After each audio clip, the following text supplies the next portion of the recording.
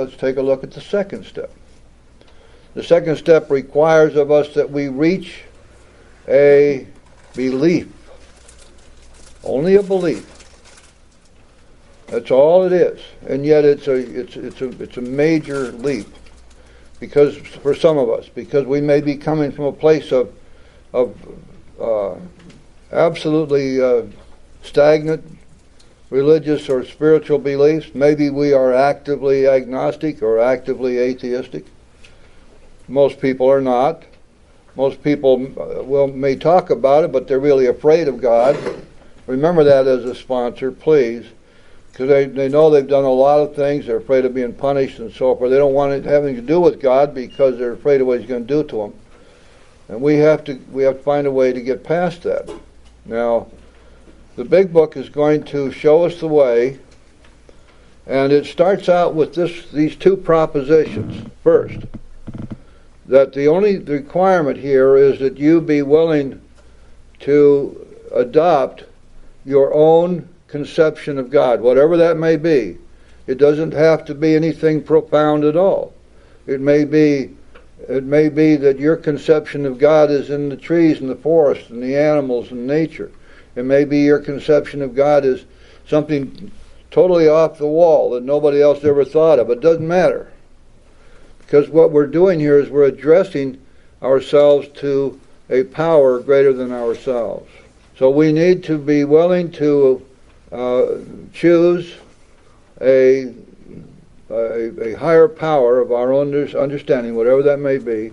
And the other requirement is that we must be willing to accept the proposition that there just might be a higher power, a God out there. A willingness to accept the concept or the existence of a higher power. That's all it takes. Those two things. So we're going to ask for a willingness to believe, and we're going to adopt our own conception of God. And then the big book in chapter 4 gives us much material, the chapter 2 agnostics. It also, in chapter 3, gives us the answers to this question. We're asked to come to believe that a power greater than ourselves can restore us to sanity. Well, now, it may well be that we have a whole lot of difficulty in accepting the fact that we're nuts, that we are, in fact, insane. Well, the big book answers that. In the last half of the third chapter, gives us the stories of Jim and Fred and the jaywalker, which clearly illustrate the insanity of taking that first drink, in spite of knowing what's bound to happen. We've got such tremendous background and all. We know what's going to happen, but we do it anyway. We know that if we don't stop, we're going to die, but we do it anyway. And we've made 1,000 commitments not to drink, and yet we can't stop ourselves. And so the big book examines this question of insanity, and it also examines this question of the agnostic and the existence of God. I should tell you that the first 3 steps are gifts. They cannot be forced on anybody. I can't make, and you can't make, anybody you sponsor or anybody you're interested in. You can't make them believe. But the belief will come. If they're doing the work, it will come. Guaranteed. Now in the big book we have, on page 53, we've got a little paragraph which is the second step. It's very simple. It says, we have reached a self-imposed crisis. And in this self-imposed crisis, we've had to come to an understanding that God either is or He is not. God either is everything or He's nothing. Now the question is very simple. Do you believe that God is a God of your understanding? No definition needed. Not the God of AA, a God of your understanding. Do you believe that that God exists? If the answer is yes, the next question is, do you believe that God is everything, or do you believe that God is nothing? Because you can't have it both ways. God either is or He's not. God's either everything or He's nothing. If the answer is God is and God is everything, then it's simple, isn't it? Because the next question you ask is this. If God is and God is everything, do you have any doubt that He can or has the power to restore you to sanity? And the answer to that has got to be yes. Logically, it must be yes, mustn't it? And so there's the second step. It's that simple. Now the third step begins in the fourth chapter. In the fourth chapter, where in the end of the fourth chapter, there's a segue into the third step, because the big book begins to talk in these terms. For example, it tells us that there's going to have to be a willingness to make leaps of faith. It tells us that the bridge of reason will only carry us so far, that there's a new land of faith out here, and the people are standing there waiting for us, and we want to go to the new land. But the bridge of reason doesn't extend to the new land of faith, the only answer being that we must be willing to take a leap of faith, and when we do that, there are friendly hands there to catch us, and we will find that we have reached the new land, and we have reached the land of faith. And then when we get into chapter 5, we're going to find much further discussion of the third step. And remember, the third step is a decision. So we have conceded our alcoholism. We have come to believe that God can restore us to sanity. And now we're going to make a decision to turn our life and our will over to Him. Now, why would we do that? What would motivate us to go that far? We have never done this in our lives. We have always tried to run our own lives. We have been afraid not to run our own lives. And then we get into chapter 5 and we get to the third step and we begin to understand. And it's this point in the big book where the business of unmanageability comes flooding in. Because we learn here that we've been trying to run our lives based on self-will. We've been trying to arrange everything to suit ourselves. It didn't work. Never worked. Was never satisfactory. The fact of the matter was that we wanted to blame everybody else for the failures. It was not our fault, it was their fault. We ran to psychiatrists, we ran to doctors, we ran to preachers, and why is everybody against me? Why won't anybody do what they're supposed to do? And on and on. In the meantime, we're killing ourselves with booze. The big book says, look, it's time to understand something. Let's get it straight right now. Your problems are your own making. They arise out of yourself. An alcoholic is an extreme example of self-will run riot, though he or she usually doesn't think so. Above everything, it tells us we have to be rid of this selfishness. We have to, or it kills us. Well, now we begin to understand what we began to see back in the first step. That we had no way to defeat alcoholism on our own because we're powerless over it. We were going to have a higher power stand between us and the booze. Now that's not going to happen with a head full of self. And so therefore, if we remain in this mode of selfishness and self-centeredness, it's going to kill us because there's no way for God to come in. There's no way for us to make a surrender when we keep insisting that we're going to play God. And the big book makes it quite clear. We have to be rid of this selfishness or it kills us, and we cannot do this ourselves, but God can and will if we seek Him. And it's at that point, this is where the third step comes in on page 62. It says we had to quit playing God. It didn't work. Therefore, we decided, there's the decision of the third step. We decided that hereafter, in this drama of life, God was going to be the director. He would be the principal and we the agent. He the father and we the child, you see. So this is the decision of the third step. And that decision again is going to come to us because we've been doing the reading, going to meetings, we've been talking to people, and we have been praying, and we've been immersing ourselves in this so that suddenly we have to come to realize that everything I've been doing up to now didn't work. If I wish to live, I'm going to have to do whatever it takes to let God in.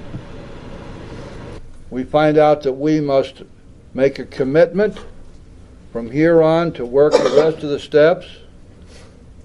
If from now on, whether we get the steps or we don't is going to depend upon the work we do and are willing to do. We find out that we must be willing, without reservation, to say, God, here I am, use me. I offer myself to Thee to do with me and to build with me as Thou wilt. Relieve me of the bondage of self, that I may better do Thy will.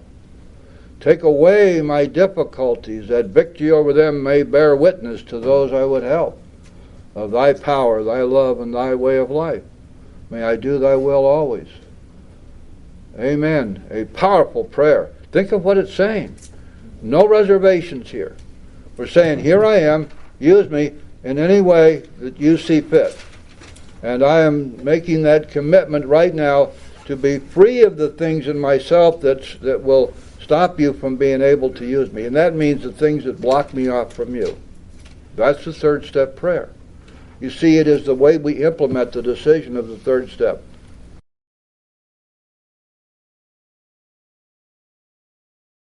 Now, this prayer having been used and the decision having been made, we go immediately to our fourth step. The fourth step is broken down into 4 parts. The four parts are as follows. The first part is a resentment list. This means that we're going to identify everybody for whom we have a resentment. And we're going to make a list of the things which they did, which have caused us to be angry and resentful toward them. Before we pass on to the second part, we're going to be freed from our resentments. That may sound strange to you if you haven't heard it before. In the fourth step, we find the complete spiritual answer to resentments. We're going to pray for the people we resent, and we're going to ask God for the willingness to forgive the things they've done which harmed us. The second part of the fourth step is a list of our own wrongs.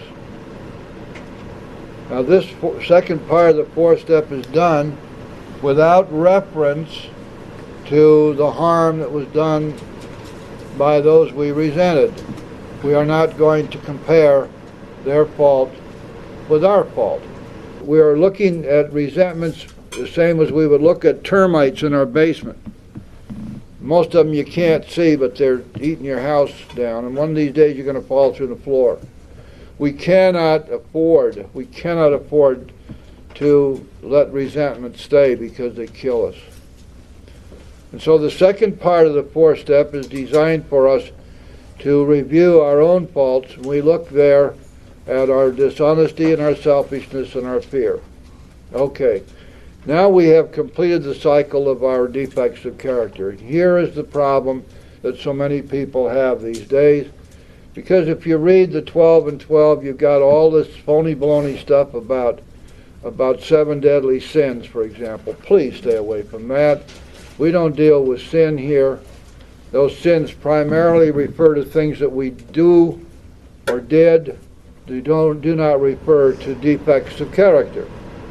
They are not descriptive of what we need to find, and furthermore, they are part of a religious practice which AA is not. There are 4 cardinal defects, all identified in the fourth step. It's very simple. Resentments, dishonesty, selfishness, and fear. And the parts of the fourth step are designed for us to uncover these 4 defects of character. It is in the writing of the fourth step that we find our resentments, we find our selfishness, we find our dishonesty, and we find our fears. And we're going to find as we do that all of these defects are fear-driven. All of them. We're going to find that fear is our only enemy. That it is fear and fear alone which has warped and perverted our natural instincts. It is our natural instincts perverted by fear which we now call defects of character. What are those instincts? For sex, for security, for society. These are natural, they are God-given, they are meant for our good and the good of the race, the human race. But when they no longer function as God intended, they turn against us. And they become a species of insanity, and our minds don't work right. Now, why is it that we can't just talk ourselves out of these things?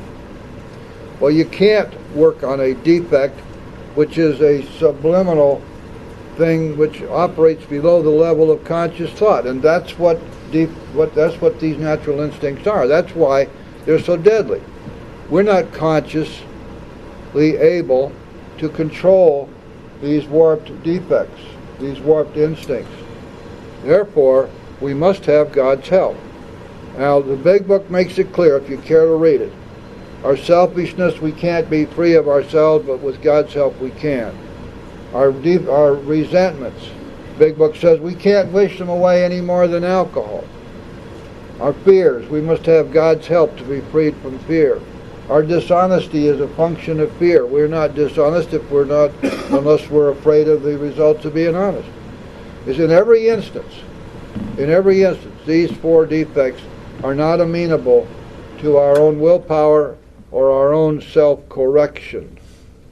We must have God's help. That's what we're doing here in the fourth step, to find out what it is that's eating us alive, that's killing us, that's a cancer, that's ruining our lives, has caused our failures in life, and that we cannot be free of ourselves.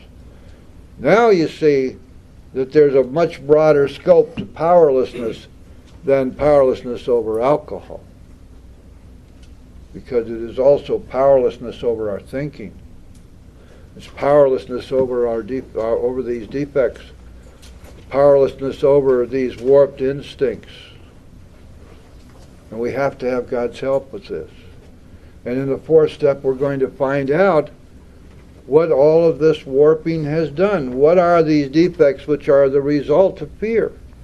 So in our second part of our fourth step, when we examine what we have done to harm others, when we examine our dishonesty and our selfishness and our fear, and we're going to write about this, these defects will just pop right out, like widescreen Technicolor stereophonic. They'll be Dolby, they'll be everything, they'll be right there, we can see them. And we can also see that we are in fact powerless over these things. And we haven't done anything to compare ourselves over here with what they did to us. We're already free of those resentments. We've had the spiritual solution. We've prayed for them. We've asked for the willingness to forgive what they did to us, and it was given to us. So now in the second part, we're going to identify the other three cardinal defects: dishonesty, selfishness, and fear. Then we move on to the third part of the fourth step, which is our fears list. In our fears list, we're going to catalog and list each and every one of our fears. And we're going to list what we believe and what we see to be the cause of those fears. What it is, what was the threat. And there are standard fears that everybody has. And our sponsor will know, and if you're sponsoring people, you need to know what those are. It's going to start right out with losing what we have. Almost everybody has that fear when they come in the door. Not getting what we want or need. Rejection, failure. These are very common. Getting old. Being found out for the things we've done to get what we have. Being punished. God's punishment. Fear of death, fear of injury, sickness, and pain. Fear of drinking and drugging again. And what we do when we write our fears list, we write all these down, and any others that we have, and we write down what we believe to be the cause, what was the threat. And now here's something which is almost, doesn't seem to be anybody understands this, but the fourth step contains, along with the fifth step, a complete spiritual remedy for fear. First, fear that is recognized by us and written down, and then discussed with another person, and then turned over to God, equals no fear. And we'll find that this is the formula which is provided for us. In our fourth step, we're going to write down our fears and what caused them. We want to talk them over with our sponsor, and we want to ask God to remove them. And we want to ask Him to show us what He would have us be. And the big book tells us the truth. It says that at once we will commence to outgrow fear. That's true. And when we get to our fifth step, we will discuss these fears again with our sponsor or whoever's here in our fifth step. And what's the big book say? Our fears fall from us. They're gone. Now, this means the fears we came in with, and anything that we kind of generated up to this point. What did we learn? We learned that every time a fear arises, we recognize it, write it down, talk to somebody about it, and ask God to take it. Why would we then wish to ever live in fear? Fear is very, very toxic. It's very dangerous to us. It's very communicable. It's very painful. It is our enemy. Franklin Roosevelt said the only thing we had to fear was fear itself. And he was right. If there is a devil, his name is fear. And yet we have a way in our big book, our manual here, to be absolutely free of fear if we wish to use the tools that we've been given. And that's found right here in the fourth step. And then finally, the fourth part of the fourth step is a sex inventory. And as most of us know by this time, sex problems, relationship problems, probably cause more trouble in recovery than anything else. Because we're such damn fools about it. And we're so willful about it. And we find somebody that we're attracted to, and we'll run around telling everybody that it must be God's will that we're together. Truth of the matter is, we don't want to find out whether this was a relationship made in heaven or not, because we're afraid it isn't. And we're afraid to ask God to tell us. But the big book says we're supposed to do that, doesn't it? It says if we have any doubts about this in our morning meditation, we ask God what we should do about each specific matter. And then it says, and here's the rub, the right answer will come if you want it. Now, the question here is, do you want the answer, right? Because we're so bloody willful about that. And the big book recognizes that we're dealing with the most powerful of all of the three natural instincts. It calls it the imperious urge. The fourth step requires of us, is what part of the directions, that we go to God and we ask for His help to mold an ideal for our future relationship or sex life. Not the ideal person we want in our lives, but our ideal about ourselves, how we are to conduct ourselves, what should be our actions and our motives and our attitudes. And we ask God for help with this, and it's a real good idea to write that down, and write it down in the form of a prayer, and we ask God to help us with that. And then the big book goes on to say a little later, if we fall short of that ideal, we very easily could drink, but not if we're sincerely sorry for what we've done and are willing to let God take us on to better things, in which case the big book says we will be forgiven. And that sets the stage for something later on in the 11th step where forgiveness again becomes an issue. Now, when we have written our fourth step in the four parts, we have two more things that need to be accomplished. One is that we need to have now a list of all the people we've harmed and become willing to make amends to them right now. You say, well, wait a minute. That's the 8th step. That's true. But most of the 8th step is done in the 4th step. So now you can see that to have a 5th step, we're going to first have to have 1, 2, 3, and 4. And 4 is going to need to be done right. Otherwise, when we come out of 4, we don't have all the facts. The 4th step is not designed to make us wrong or bad or indict us. It's to teach us. We do the 4th step to find out what's wrong with us that we can't fix ourselves. Now, the fifth step is not an optional step. It is an absolutely critical step. It is utterly necessary that we work our fifth step. The big book says this, that we must be entirely honest with somebody if we are to live long and happily in this world. Now, the fifth step is designed to accomplish a number of wonderful things. And as a matter of fact, for a lot of people, the fifth step will be a very big head start on our spiritual awakening. All the way back in the fifth step. We are going to feel that we are on the broad highway, walking hand in hand with the Spirit of the universe. We're going to feel that the drink problem is going away. Our fears will fall from us. And the fifth step is to be done withholding nothing. And there's only one sentence which defines the fifth step in the big book. You know that? It's really, the big book is so dense.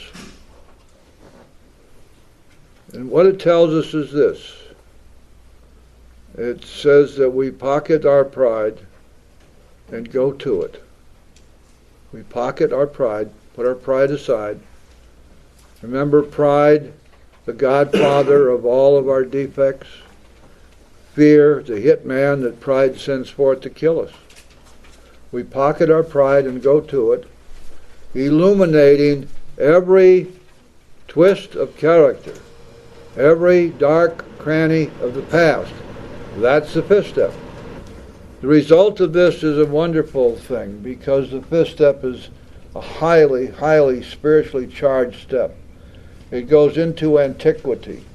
We can read about it in all religious writings and many philosophical writings, and in the metaphysical writings of the Eastern religions. It's everywhere, because for all time, those who thought about it or those who have been involved in spiritual pursuits have understood the enormous power and necessity of being honest with another person. It isn't enough for us to say, oh, well, God knows all about me. And yeah, I've admitted this stuff to myself. That's enough. I don't need to, why would I need to tell somebody else about it? We do need to do that. If we don't do the fifth step, we will drink again. That's a pretty good reason, isn't it? The fifth step is done this way. Now, this is not in the big book, and this is, I'm going to pass this along to you just as a practical lesson.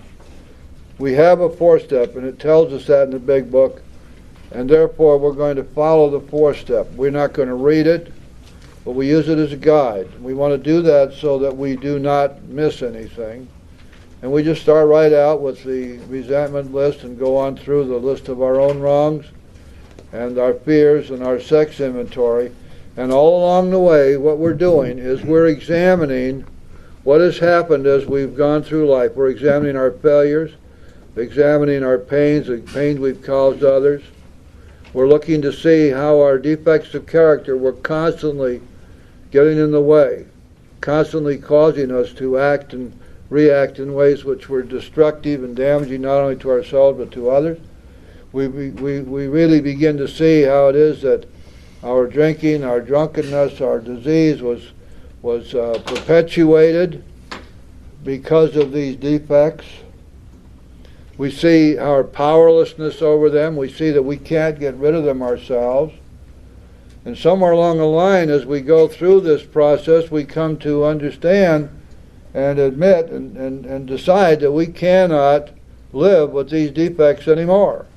We want to be free of them, and we've already decided that God can restore us to sanity, and we make a decision to let God have these defects. We don't want to hold on to any part of it. And a fifth step properly done will always result in that.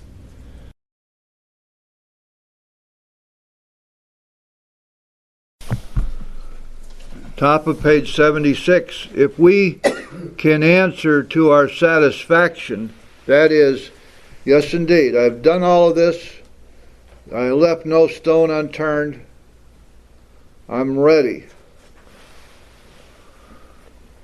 We then look at step 6. We have emphasized willingness as being indispensable.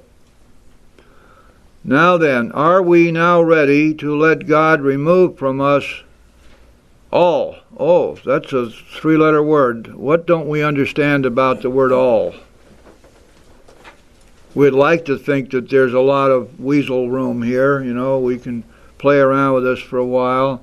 Don't really have to be ready to have God take all this stuff. There might be some stuff there we still want to hang on to. That's crazy.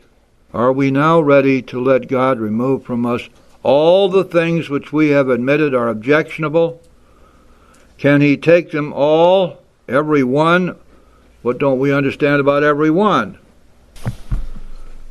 Top of page 76. If we can answer to our satisfaction, that is, yes indeed, I've done all of this, I left no stone unturned, I'm ready.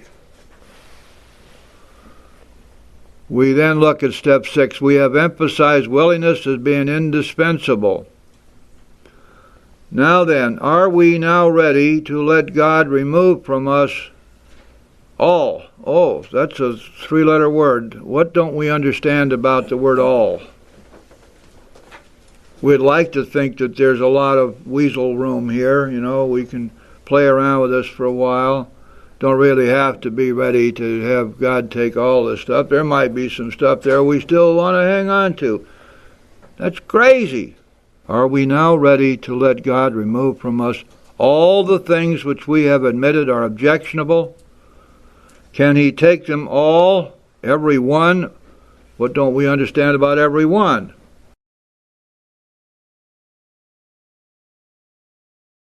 Now there was another whole set of things which was blocking us from God. It wasn't just our defects of character and our insanities, but it was also all this guilt we were carrying around. And that's why we have to, in our fourth step, we have to find out whom we've harmed and become willing right then to set matters straight if we can. In our fifth step, we're going to admit what we have done. And in the sixth and seventh step, we're seeking relief from our defects. In the eighth and ninth steps, we're seeking relief from our guilts. Because keep in mind that our guilts block us from God just as surely as do our defects and our insanities. And so the eighth step turns out to be, by the time we get there, it's mostly already done, because we did it when we took our fourth step.